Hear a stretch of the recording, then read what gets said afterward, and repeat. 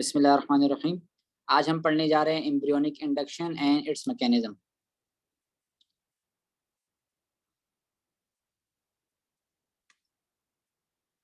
Embryonic induction and it's mechanism.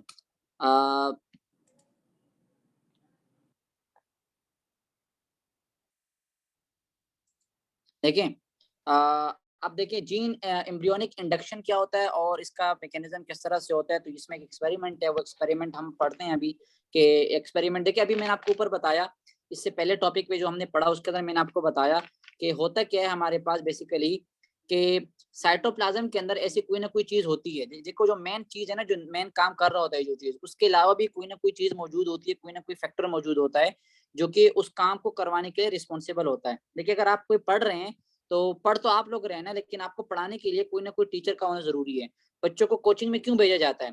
ताकि वो पढ़ ले। वो अलग मसला है, जो नहीं पढ़ते उनकी अपनी मर्जी है, लेकिन बच्चों को भेजा क्यों जाता है कोचिंग के लिए? पेरेंट्स जो है ना, वो पैसे क्यों खर्च करते हैं कोचिंग में आने के लिए? ताकि बच्चे पढ़ सके, क्योंकि वो खुद नहीं पढ़ते हैं, उसको कोई ना कोई उसके लिए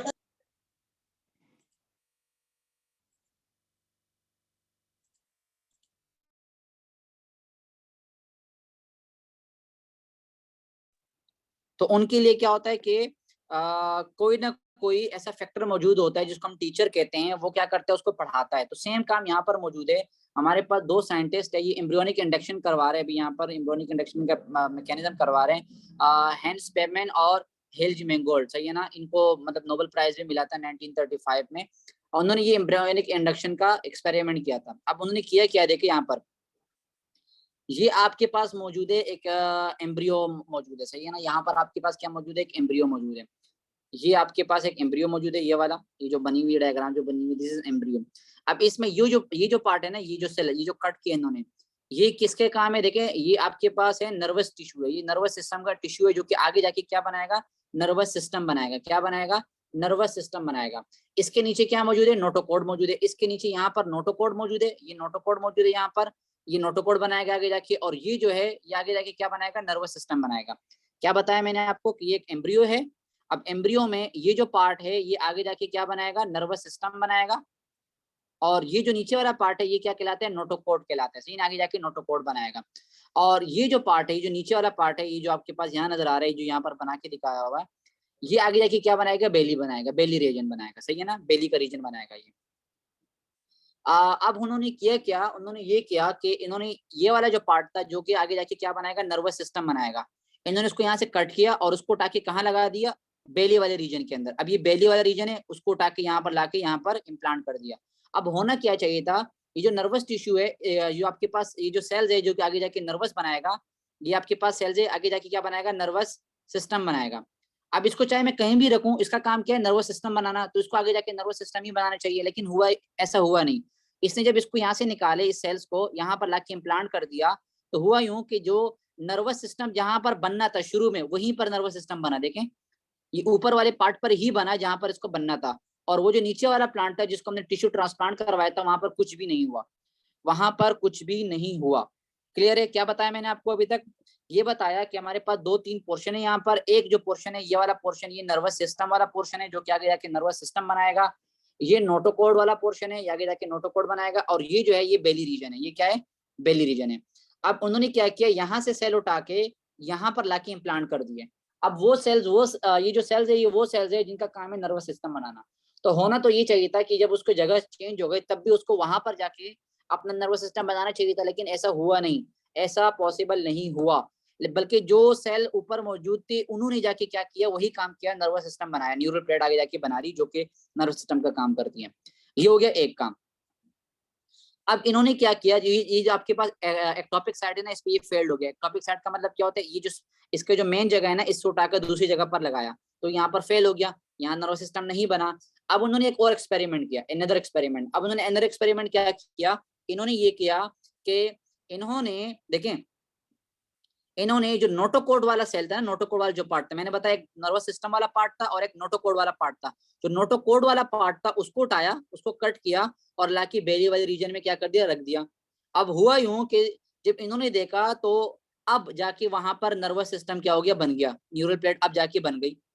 सही है? अब वो न्यूरल सेल क्या हो गए, यहाँ पर आके बन गए। तो इससे क्या पता चला हमें, इससे ये पता चला कि भाई जो नोटोकोड है ना, इसके अंदर भी कोई ना कोई ऐसी चीज मौजूद थी जो कि नर्वस सिस्टम को बता रहा था कि भाई आपने ये काम करना है, आपने नर्वस सिस्टम बनाना है। तो उन्होंने क्या किया, उस नोटोकोड को उठा के जब दूसरी जगह पर रखा तो उन्होंने वहां पर भी सिग्नल दिया अपने ऊपर वाले सेल को। फॉर एग्जाम्पल, यहाँ पर ये 3 बिल्डिंग है, ये पहला फ्लोर है, ये दूसरा फ्लोर है और ये तीसरा फ्लोर है। अब ये नीचे वाला फ्लोर जो है ना, ये मालिक के मकान है। ये ऊपर वाले को भी बता दे कि आपने ये वाला काम करना है और ये इसको बता दे कि आपने ये वाला काम करना है। तो यही काम हुआ कि जब इसने मालिक के मकान को चेंज कर दिया ना, अब ये मालिक के मकान, अब मतलब इसने जाके कहीं और घर ले लिया, कहीं और घर ले लिया, तो अब भी यही काम करेगा, इसको बताएगा कि आपने ये काम करना है और ये काम नहीं किया। तो सेम यहाँ पर हुआ, जब इन्होंने नोटोकोड वाले सेल जो कि ऊपर सिग्नल दे रहा था, किसको सिग्नल दे रहा था, नर्वस सिस्टम को, कि आपने नर्वस सिस्टम बनाना है, इसके पास इंफॉर्मेशन थी। जब उसको उठा के दूसरी जगह पर रखा तो उसने दोबारा वही काम किया, अपने ऊपर वाले सेल को कहा भाई आपने नर्वस सिस्टम बनाना है, तो वो जगह तो नर्वस सिस्टम की थी नहीं, लेकिन फिर भी वहां पर नर्वस सिस्टम बन गया। तो ये है एम्ब्रियोनिक इंडक्शन, मतलब कुछ ना कुछ इंडक्शन हुई, कुछ ना कुछ सिग्नल गए, जो कि जाके आगे क्या किया उन्होंने, सरप्राइजिंगली, यहाँ लिखा हुआ है सरप्राइजिंगली, जो बेली वाला पार्ट है, जो एक्टोडर्म वाला पार्ट है, वो जाके आगे जाके क्या बन गया, न्यूरल टिश्यू बन गया। सही है। तो इससे हमें क्या पता चला कि भाई ये जो आपके पास एक्सपेरिमेंट है ना, ये एम्ब्रियोनिक इंडक्शन कहलाता है। और इससे हमें ये पता चला कि जो आपके पास नीचे वाला पोर्शन था, जो आपके पास नोटोकोड वाला पोर्शन था, वहां कुछ ना कुछ ऐसा मौजूद था, कुछ ना कुछ ऐसा मौजूद था, कोई ना कोई केमिकल स्टिमुलस ऐसा मौजूद था, जो ऊपर गया और ऊपर वाले सेल्स को क्या कहा कि भाई आपने ये काम करना है। तो वो क्या कहलाते हैं, प्राइमरी ऑर्गेनाइजर कहलाते हैं। क्या कहलाते हैं वो, प्राइमरी ऑर्गेनाइजर। तो प्राइमरी ऑर्गेनाइजर्स ऐसे सेल्स है, ऐसे सिग्नल्स है जो कि नोटोकोड के पास मौजूद थे, और नोटोकोड के ऊपर वाले जो भी सेल्स मौजूद थे उनको ये सिग्नल दे रहा था कि आपने क्या बनाना है, नर्वस सिस्टम बनाना है, न्यूरल सेल्स बनाने, न्यूरल प्लेट बनाने हैं। तो ये आपके पास क्या है, नोटोकोड वाला, सॉरी एम्ब्रियोनिक इंडक्शन वाला पार्ट है। सही है, सही है। ये टॉपिक आपके पास यहाँ हो गया कंप्लीट। आई होप ये क्लियर हो गया होगा आपका। नेक्स्ट टॉपिक आपके पास है role of nucleus in development और role of cytoplasm in development. कि अगर कहीं डेवलपमेंट हो रही है तो उसमें साइटोप्लाज्म का क्या रोल है और न्यूक्लियस का क्या रोल है। तो ये भी हम एक्सपेरिमेंट करेंगे, जाहिर सी बात है, इसके अंदर एक्सपेरिमेंट बहुत ज्यादा भी चलते हुए हम सारे एक्सपेरिमेंट ही करते हुए आ रहे हैं। यहाँ भी हमने एक्सपेरिमेंट किया, यहाँ भी हमने एक्सपेरिमेंट किया, अब यहाँ पर भी हम एक्सपेरिमेंट करेंगे। अच्छा, इस एक्सपेरिमेंट में क्या किया, ये जो एक्सपेरिमेंट है, अब हम चेक कर रहे हैं रोल का क्या काम है, सॉरी न्यूक्लियस का क्या रोल है। न्यूक्लियस का क्या रोल है यहाँ पर, न्यूक्लियस का क्या काम है, न्यूक्लियस किस तरह से डेवलपमेंट को रेगुलेट करता है। याद रखना, ये भी शॉर्ट आता है, बहुत ज्यादा इंपॉर्टेंट है ये वाला। और जो नीचे साइटोप्लाज्म वाला है, ये भी बहुत ज्यादा इंपॉर्टेंट है ये वाला। चले जनाब, पढ़ते हैं कि क्या होता है। अब हमारे पास ये जो एक्सपेरिमेंट था, ये यूनिसेलुलर एल्गाई पर किया गया था, और इसकी स्पीशी थी क्या, एसिटिबुलेरिया। एसिटिबुलेरिया स्पीशी थी, उसके ऊपर ये काम किया गया। अब यहाँ पर हम एसिटिबुलेरिया का स्ट्रक्चर देख लेते हैं। तो इसके अंदर आपको पता है, यहाँ नीचे देखें, ये एक्सपेरिमेंट, ये क्या एसिटिबुलेरिया है। यहाँ ये इनके पास राइजोइड मौजूद है, जो कि बेसिकली अटैचमेंट के काम आते हैं, और यहाँ पर इनके अंदर न्यूक्लियस भी मौजूद है। सही है ना। और ये ऊपर वाले डिस्क प्लेट मौजूद है, यहाँ पर साइटोप्लाज्म है, ये जो बीच वाला पोर्शन है, यहाँ पर साइटोप्लाज्म मौजूद है कुछ, और ये ऊपर एक डिस्क बनी हुई है। यहाँ पर ये लिखा हुआ भी, अगर आप पढ़ना चाहो तो देखें, इसमें एक राइजोइड मौजूद है जो कि अटैचमेंट के काम आता है। एक साइटोप्लाज्मिक स्टॉक होती है, और एक ऊपर एक डिस्क लाइक केप होता है सीना टर्मिनल एंड के ऊपर। अब देखिए यहाँ पर 2 स्पीशीज है, कितनी स्पीशीज उठाई, 2। एक कहला रही है एसिटिबुलेरिया ए मेडिटेरेनिया, जिसके ऊपर डिस्क शेप जो है ना वो मौजूद है। आप अगर यहाँ पर गौर से देखें तो ये जो पहली वाली ना मेड लिखा हुआ है, दिस इज मेडिटेरेनिया, दिस इज एसिटिबुलेरिया मेडिटेरेनिया। यहाँ देखिए लिखा हुआ भी है, ये है एसिटिबुलेरिया मेडिटेरेनिया, ये वाला पोर्शन है, इसमें ये साइटोप्लाज्म है, यहाँ न्यूक्लियस मौजूद है नीचे वाले साइड पर, ये रहा, और ये एक डिस्क शेप जगह मौजूद है। नेक्स्ट में देखें, एक आपके पास है एसिटिबुलेरिया क्रेन्युलेटम, इसको क्रेन कहते हैं। ये रहा, इसमें यहाँ पर ये न्यूक्लियस मौजूद है, आपको नजर आ रहा है भाई, ये नीचे वाले साइड पे न्यूक्लियस मौजूद है, ये पूरा का पूरा साइटोप्लाज्म है, और इसके ऊपर भी यहाँ पर एक आपको डिस्क शेप तो नजर नहीं आ रहा, खैर यहाँ पर आपको सेपरेट लोब्स नजर आ रहे हैं। सही है ना, सेपरेट लोब्स, आपको अलग अलग लोब्स नजर आ रहे हैं। अब एक्सपेरिमेंट हम करते हैं, यहाँ पर हम एक्सपेरिमेंट शुरू करते हैं, बहुत आसान से एक्सपेरिमेंट है। हम पढ़ रहे हैं किसका रोल, न्यूक्लियस का रोल, इतना याद रखना, हम न्यूक्लियस का रोल पढ़ रहे हैं, तो हम न्यूक्लियस को इंपॉर्टेंस देंगे यहाँ पर। सही है ना, सिंपल सिंपल काम है। हुआ क्या, इन्होंने किया क्या, इन्होंने ये किया, मैं इसको जरा रिमूव कर दूं जो मैंने यहाँ पर बनाया है। सही है। अब देखें, ये जो है ना, ये एक एक्सपेरिमेंट है, दिस इज वन एक्सपेरिमेंट, और दिस इज अनदर वन, ये 2 एक्सपेरिमेंट है। अब इन्होंने जो मेडिटेरेनिया वाला है उसका साइटोप्लाज्म निकाला, यहाँ से कट किया, साइटोप्लाज्म आपको नजर आया, और इसको जो आपके पास क्रेन्युलेटम वाला है वहां पर लाके यहाँ पर इम्प्लांट कर दिया, क्या कर दिया, यहाँ पर लगा दिया। चैप्टर नंबर 4 के अंदर हम पढ़ेंगे, फर्स्ट ईयर में 9 में आप हो सकते हैं पढ़कर आया हूँ, टिश्यू कल्चरिंग वगैरह कहलाते हैं, वेजिटेटिव कहलाते हैं, तो वो इसी तरह किए जाते हैं। तो एलजी का ये जो पोर्शन है ना, ये वाला पोर्शन जो साइटोप्लाज्म वाला पोर्शन है, साइटोप्लाज्म वाला पोर्शन है, वो लिया और किसी और स्पीशी में यहाँ पर लाके लगा दिया। आपको यहाँ नजर आ रहा है, ये एक नया पोर्शन है। ये जो पोर्शन है ना, ये यहाँ से लिया हुआ है, मतलब ये जो पोर्शन है ये आपके पास मेडिटेरेनियम वाला है, मेडिटेरेनिया वाला है, और ये जो बाकी का पोर्शन है यहाँ से ये और ये किसका है, क्रेन्युलेटा वाला है। तो इन्होंने देखा कि ये जो साइटोप्लाज्म का पोर्शन है, इसने इसके ऊपर कोई भी असर नहीं किया।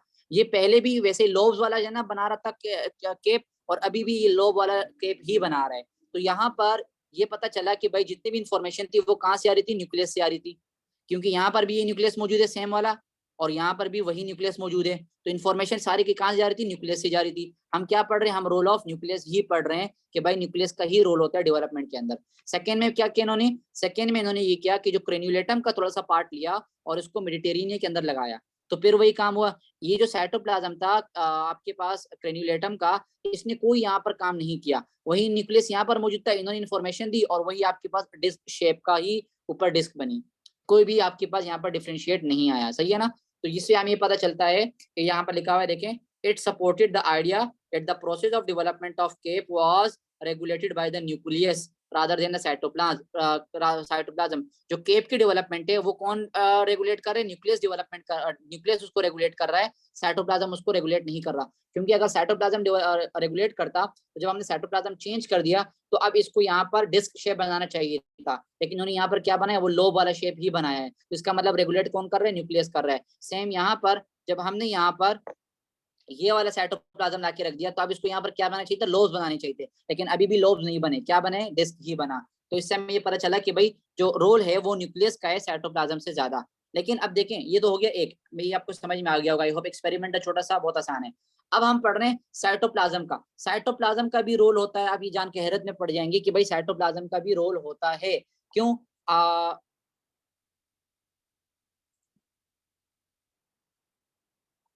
साइटोप्लाज्म का भी क्या होता है, रोल यहाँ पर मौजूद होता है।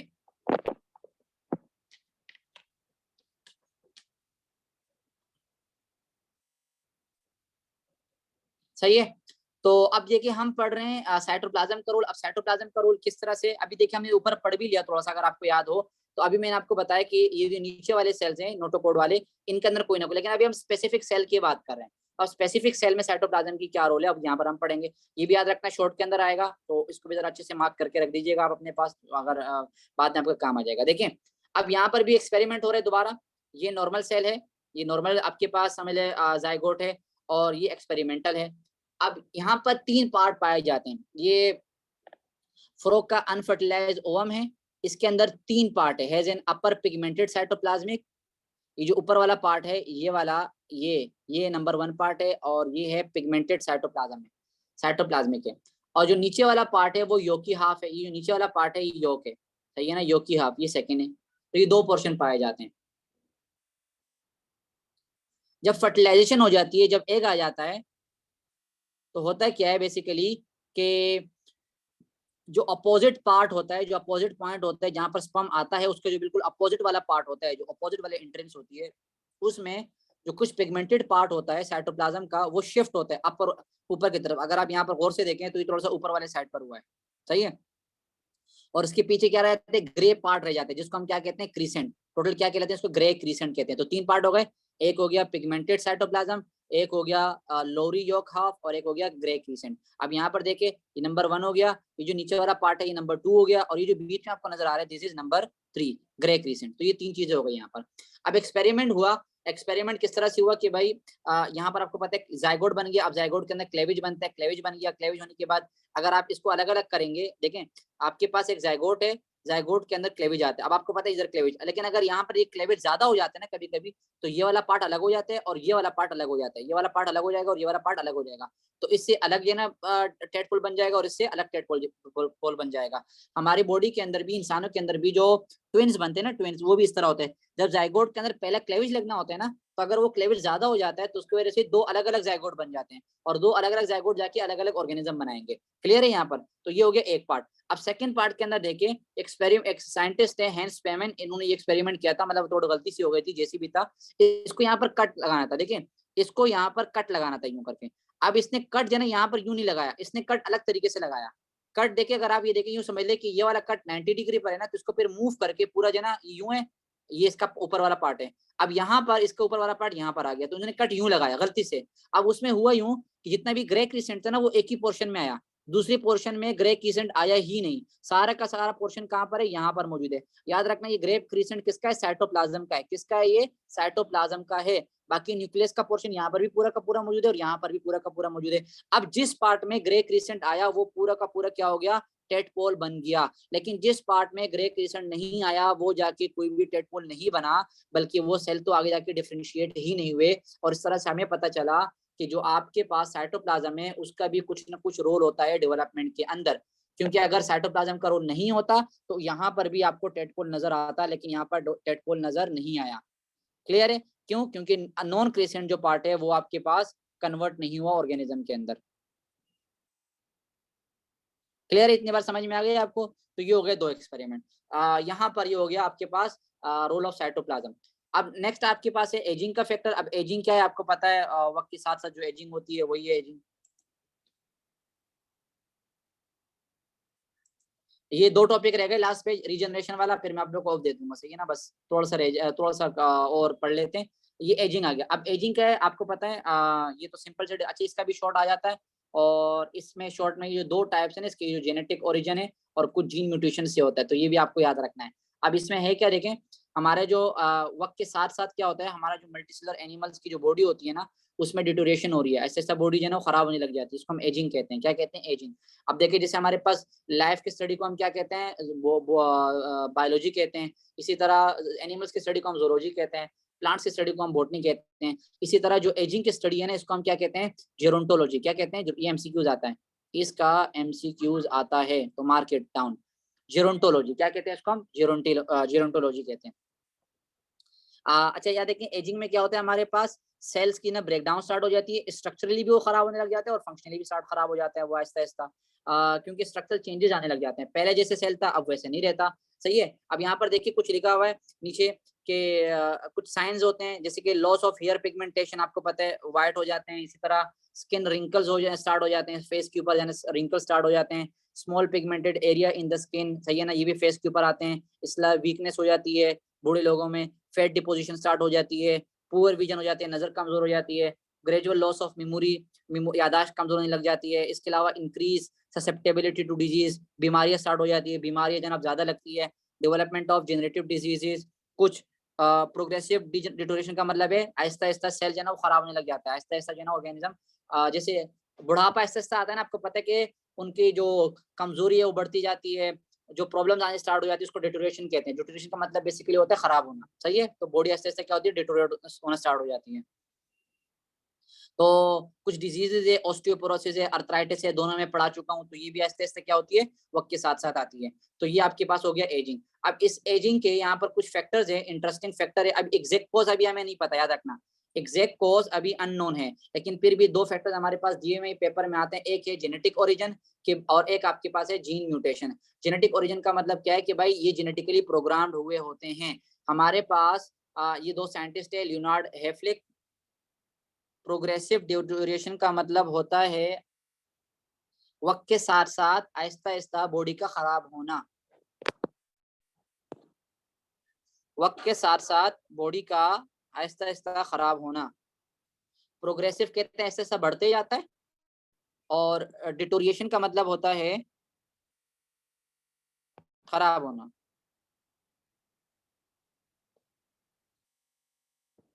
डिटोरिएशन का मतलब क्या होता है? खराब होना।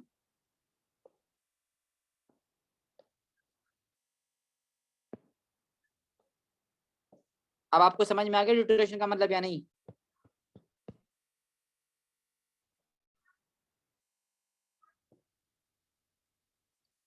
डिटोरिएशन का लफ्ज है, इसका मतलब है खराब होना भाई, इसका मतलब है खराब होना, यानी आहिस्ता आहिस्ता बॉडी खराब होती जाती है। प्रोग्रेसिव का मतलब है ऐसे ऐसा बढ़ना, इंक्रीजिंग ऑर्डर में, सही है।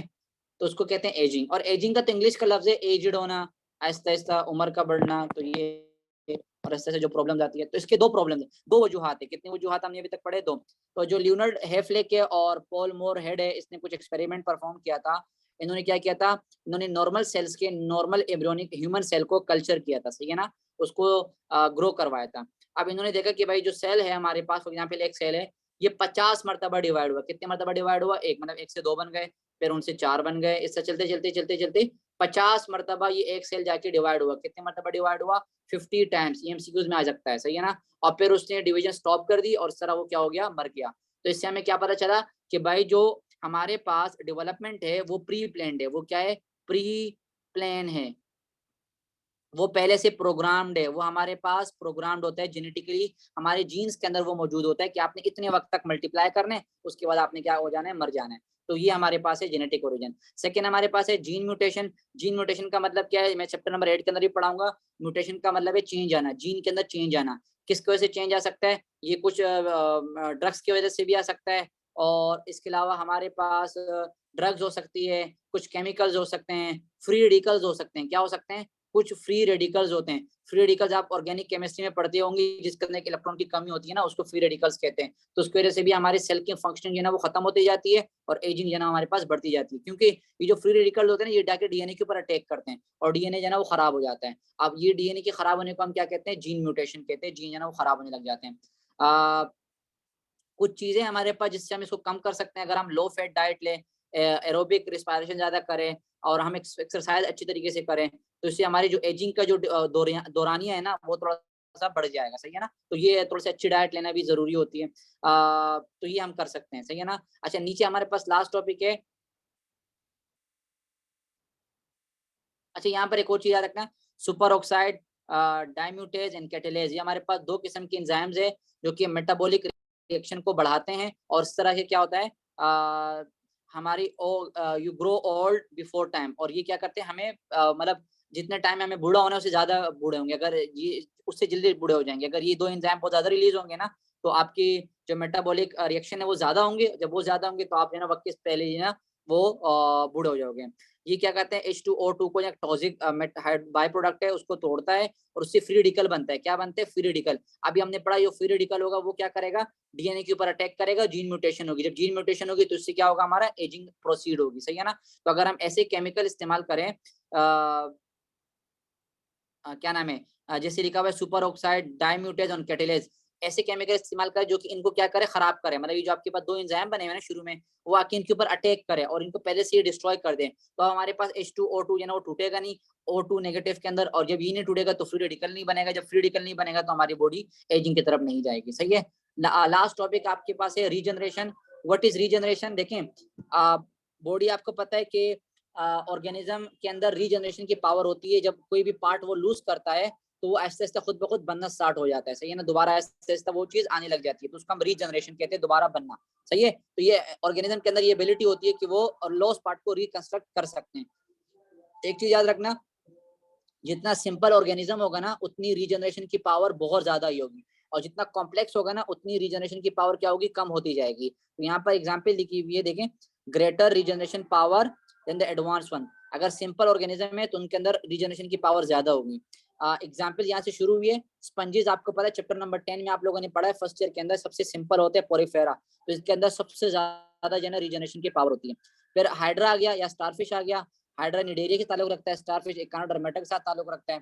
तो अगर आप इसके पार्ट को पूरा का पूरा कट भी कर दोगे तब भी वो रीजनरेट हो सकता है, वो पूरा का पूरा कंप्लीट ऑर्गेनिज्म बना सकता है। तो इसके अंदर रीजनरेशन की पावर भी ज्यादा होती है, सही है ना। फिर आर्थ्रोपोड्स के अंदर आते हैं, तो उसके अंदर भी थोड़े वो अपने अपेंडेजेस को क्या कर सकते हैं, अगर आप उसके कोई टांग वगैरह काट दे तो उसको रीजनरेट कर सकता है। इसी तरह सैलेमेंडर्स और लिजर्ड्स है ना, वो भी रीजनरेट कर सकते हैं अपने टेल को। अगर आप उसके टेल को काट दे तो वो बाद में आके क्या कर सकते हैं? उसको रीजनरेट कर सकते हैं। लेकिन अगर हम कॉम्प्लेक्स की बात करें तो उसमें बर्ड्स आ जाते हैं और हम मेमल्स आ जाते हैं। इनकी जो रीजनरेशन की पावर होती है ना बहुत ज्यादा लिमिटेड होती है, बहुत कम होती है। अगर इनको कहीं वूंड लग जाए, कहीं जख्म हो जाए, तो वहां पर स्कार डेवलप हो जाते हैं। कहीं आपको जख्म होता है ना, कट लगता है, तो आहिस्ता आहिस्ता वक्त के साथ बढ़ जाता है। लेकिन इसका मतलब ये नहीं है कि अगर आप पूरा का पूरा अगर आपका हार्ट कट जाए तो वो दोबारा बन जाएगा, नहीं भाई, ऐसा पॉसिबल नहीं है। अगर किसी की उंगली का ऊपर का थोड़ा सा पार्ट भी जो है खराब हो जाए तो वो दोबारा रिजनरेट नहीं हो सकता। तो ये रिजनरेशन है। लास्ट टॉपिक है इसका जो कि एबनॉर्मल डेवलपमेंट। क्या है एबनॉर्मल डेवलपमेंट? इसकी एक अलग से स्टडी है, इसको हम कहते हैं टेराटोलॉजी। और इसमें होता क्या है बेसिकली कि जब एम्ब्रियोलॉजिकल डेवलपमेंट हो रही होती है ना, जब ऑर्गेनिज्म डेवलप हो रहा होता है, तो उसमें अनफेवरेबल कंडीशंस आ जाती है और उसके अंदर जो ऑर्गेनिज्म होता है वो नॉर्मल ग्रो नहीं कर पाता। तो उसके अंदर स्ट्रक्चर और जो फंक्शंस होते हैं ना, जो नॉर्मल स्ट्रक्चर फंक्शन होते हैं वो सही से नहीं हो पाते, उसके अंदर डेविएशन आ जाती है, सही है ना, उसके अंदर चेंजेस आ जाती है।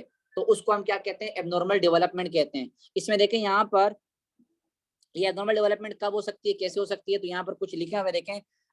म्यूटेशन अभी मैंने आपको बताया कि अगर जीन के अंदर कुछ चेंज आ जाती है। इसके अलावा अल्ट्रावायलेट रेडिएशन हो सकती है, इसके अंदर प्रॉब्लम हो सकती है। कुछ ड्रग्स होती है, एक ड्रग्स तो वो होती है ना जो कि लोग पीते हैं, हीरोइन वगैरह, वो उसकी बात नहीं कर रहे हैं। जो आम ड्रग्स होती है जो कि हम लेते हैं ना, वो भी है ना कभी कभी क्या होती है मतलब मना होती है। खासकर अगर कोई औरत प्रेगनेंसी पीरियड के अंदर है तो उसको बहुत ज्यादा मना किया जाता है, उसके लिए बहुत मेडिसिन जो है ना वो कोशिश होनी चाहिए कि ना ले। और अगर ले तो डॉक्टर्स की हिदायत के मुताबिक, मतलब बार बार पूछे कि डॉक्टर से कि भाई ये मुझे लेनी चाहिए या नहीं लेनी चाहिए, क्योंकि अगर वो मेडिसिन ऐसी लेगी तो वो बच्चे के ऊपर अफेक्ट करेगी और बच्चे जो है वो एबनॉर्मल ग्रो कर सकता है, सही है ना। तो ये हो गया आपके पास कुछ आपके सेक्रेटरी फंक्शंस होते हैं सम ग्लैंड्स के, वो सही से काम नहीं कर पाते हैं। तो ये आपके पास है। अब देखिए यहाँ पर कुछ आपके पास डिसऑर्डर्स हैं और उसके कुछ साइंस या सिम्टम्स लिखे हुए हैं, ये पेपर में आ सकता है।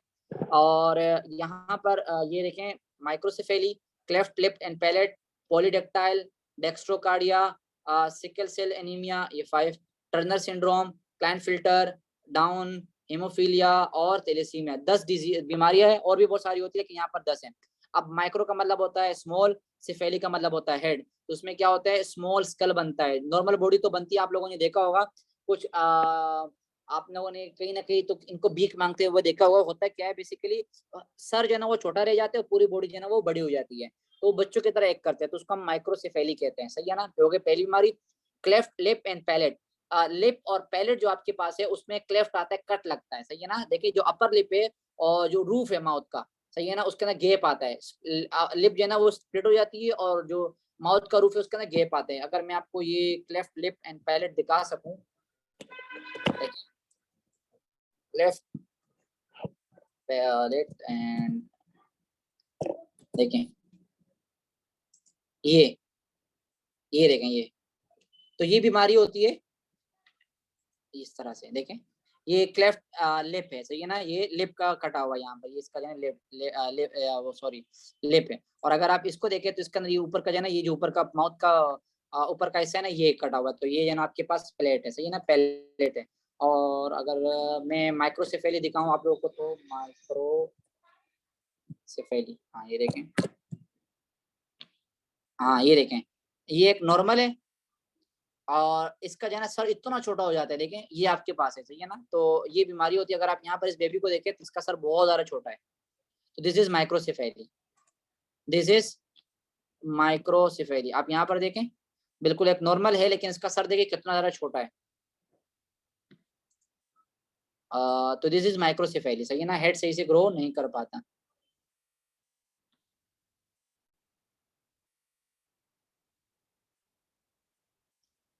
अच्छा जनाब, नेक्स्ट आपके पास है पॉलीडेक्टाइल। ये तो आपको पता है, एक्सेसिव नंबर और फिंगर्स ऑफ टोज, ये ना मतलब हाथ की उंगलियों में या पैर की उंगलियों में जाने एक उंगली बढ़ जाती है, तो उसको पहले पॉलीडेक्टाइल कहते हैं। मैं ये भी आपको दिखाई देता हूँ, चलें।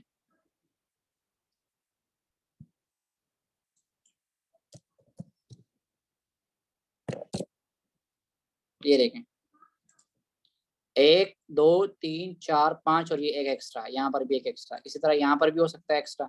तो दिस इज, तो ये एबनॉर्मल डेवलपमेंट हो रही है, सही है ना। यहाँ पर अगर आप देखें तो ये इसमें बिल्कुल अंदर की हड्डी के बारे में बताया हुआ है।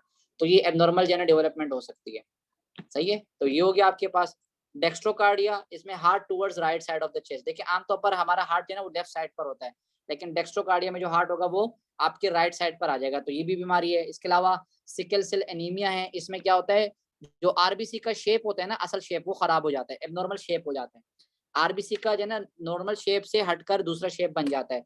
तो ये बीमारी बड़ी खतरनाक होती है, क्योंकि इसमें सांस के अंदर बड़ी प्रॉब्लम होती है।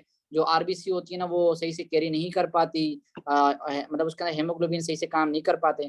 तो अगर मैं आपको इसमें वो दिखा सकूं, इसका क्या नाम है, हाँ ये देखें, ये एक आर्म सेल है, एक आरबीसी है नॉर्मल, और ये सिकल सेल है, ये सिकल एबनॉर्मल, सही है ना। तो ये देखो एबनॉर्मल जो है आपके पास आरबीसी बनना स्टार्ट हो जाते हैं, तो उनके अंदर जो हेमोग्लोबिन होते हैं ना वो पे सही से काम नहीं कर पाता। ये देखें, ये नॉर्मल आपके पास आरबीसीज है, नॉर्मल आरबीसीज है, और ये जो है ना ये सिकल आरबीसीज है, सही है। तो ये प्रॉब्लम क्रिएट करती है। अगर आप यहाँ पर देखें तो ये नॉर्मल सेल्स जो है ना, ये जो आरबीसी होते हैं इस तरह से फ्लो करते हुए जाते हैं, लेकिन जब सिकल सेल होते हैं ना वो सही से फ्लो नहीं कर पाते, वो जाके यहाँ पर अटक जाते हैं, जिसकी वजह से बड़ी प्रॉब्लम होती है, बहुत ज्यादा प्रॉब्लम होती है, आगे जाके भी पढ़ेंगे। तो इसमें बहुत ज्यादा प्रॉब्लम क्रिएट हो सकती है, सही है ना।